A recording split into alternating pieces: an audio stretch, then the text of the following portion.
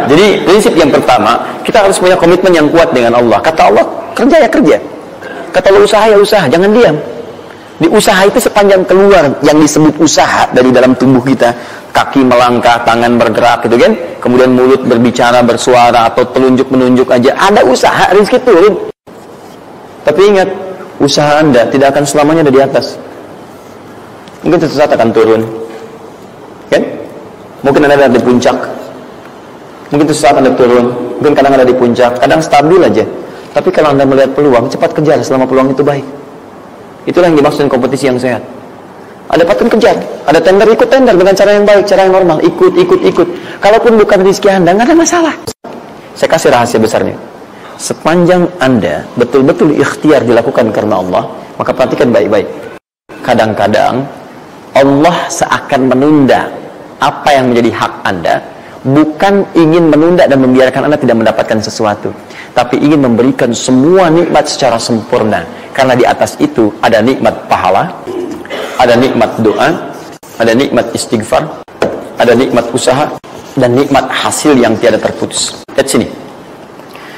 Kalau antum sehari berusaha, nggak dapat apa-apa. Memang, mohon maaf, hasilnya belum dapat diraih, belum dilihat tuh. Tapi bukankah pada saat itu doa antum akan bertambah? Bukankah malamnya salatnya nambah? Tahajud? Bukankah di situ kadang-kadang kita istighfar, ya Allah? Teman-teman, bukankah istighfar menggugurkan dosa? Bukankah berdoa menambah harapan, mengakumulasikan sesuatu? Bukankah tahajud menambah pahala lagi? Kadang-kadang yang diinginkan oleh Allah pertama kali bukan dunia dulu. Ketika Allah mencintai seorang hamba, dia akan berikan pahala akhirat dulu. Karena dunia itu sifatnya sementara. Hei fulan, kamu kemana aja? Kemarin kamu jauh dari saya, baru sekarang kamu pikir dekat dengan saya. Saya nggak pengen kasih dunia dulu, dunia itu kecil.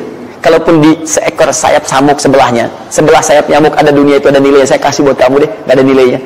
Ya, karena itu saya ingin kamu akhirat sempurna dulu. Saya ampuni dulu dosa-dosa kamu yang kemarin.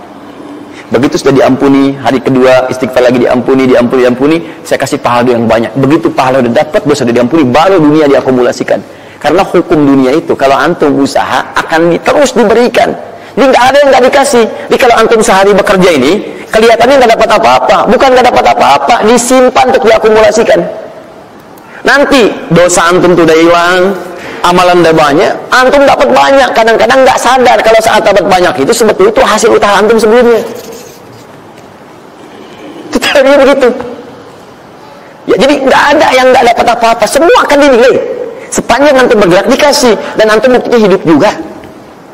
Sampai ke hari itu kan masih hidup, bisa makan juga di hari itu, bisa beraktivitas juga, sehat juga dan sebagainya. Belum dapat apa. Makanya kata Nabi, yang hari itu ada makanan, dia orang kaya sebetulnya. Kalau besok masih ada lagi, kaya banget. Antum sampai sebulan masih ada cadangan. Ini kenapa kita mesti berkeluh kesah? Dan belum tentu hidup juga sampai besok. Yang itu mau ngumpulin apa?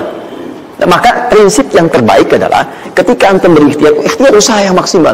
Tapi jangan khawatir kalau antum kerja sehari nggak dapat, 2 hari belum ada usaha. Jangan khawatir teman-teman sekalian. Rumus yang mengatakan semua ketika badan bergerak maka rezeki dituliskan untuk keluar. Tapi kadang-kadang ada yang Allah inginkan lebih besar dari apa yang Anda harapkan. Apa yang Allah harapkan ikutkan ke situ, maka Anda akan mendapatkan akumulasi bagiannya. Itu yang dilakukan oleh Sayyidah Hajar. Begitu beliau kemudian naik ke Marwah, nggak dapat, naik ke Safa, nggak dapat. Apa pernah tertuliskan dalam riwayat sedikit aja Sayyidah Hajar mengeluh? Tunjukkan kepada saya kitab mana yang pernah menunjukkan riwayat ketika bolak-balik itu kemudian Sayyidah Hajar berkata, ya Allah, saya kan istri Nabi, saya kesini memenuhi perintahmu, ya Allah, ini udah capek, kenapa belum turun juga? Pernah nggak? Kedua, ketiga, keempat, kelima, sampai ke yang ketujuh. Begitu sampai di Marwah, baru kemudian diakumulasikanlah itu. Apa yang terjadi? Ibunya yang berusaha bolak-balik. Akhirnya keluar dari mana? Anaknya, kakinya kemudian menghentak lagi. Tiba-tiba keluar air dari situ. Pertanyaan saya, ibu yang lebih tahu di belakang. Kan kalau anak itu sedang haus, pasti tangan kakinya bergerak kan? Kenapa saat pertama disimpan bergerak, airnya keluar? Sudah 7 kali bolak-balik, baru air keluar. Silakan lihat riwayatnya. Pada hentakan itu, ketika 7 kali ibunya bolak-balik, malaikat mengepakkan sayapnya. Itu yang menghantam air dan keluar air. Malaikat yang ditugaskan Allah memberikan rezeki namanya Mikail. Itu ada di Quran surah kedua ayat ke-98. Ya, man kana aduwwan lillahi wa malaikati wa rusuli wa jibril wa mikail. Mikail. Di antara tugas Mikail oleh Allah ditugaskan untuk memberikan rezeki. Yang paling menarik, perhatikan baik-baik. Begitu airnya keluar, ibunya sedang di marwah, sedang berdoa nih. Makanya kalau sa'i di sofa ngadep ke kiblat berdoa dulu, ke marwah ngadep ke kiblat berdoa dulu. Begitu sedang berdoa nyampe ke marwah yang ketujuh, anaknya lebih kencang menangisnya. Ibunya mendengar suara nggak biasa, dikejar ke sini. Begitu kejar ada air. Apa kata ibunya? Lihat kalimatnya. Zam, zam, zam, zam. Ibunya tidak mengatakan ijma, tapi zam, zam, zam, zam. Zam itu artinya kumpul jangan berhenti, kumpul jangan berhenti, kumpul jangan berhenti. Sampai sekarang air itu tidak pernah berhenti. Perhatikan bagaimana akumulasi pekerjaan seorang ibu yang sangat serius menghasilkan rezeki bukan hanya untuk dirinya, untuk anaknya, cucunya, cicitnya, dan berganti generasi sampai kita sekarang. Kita aja ke zaman Nabi Muhammad, itu teman-teman sudah lewat 15 abad.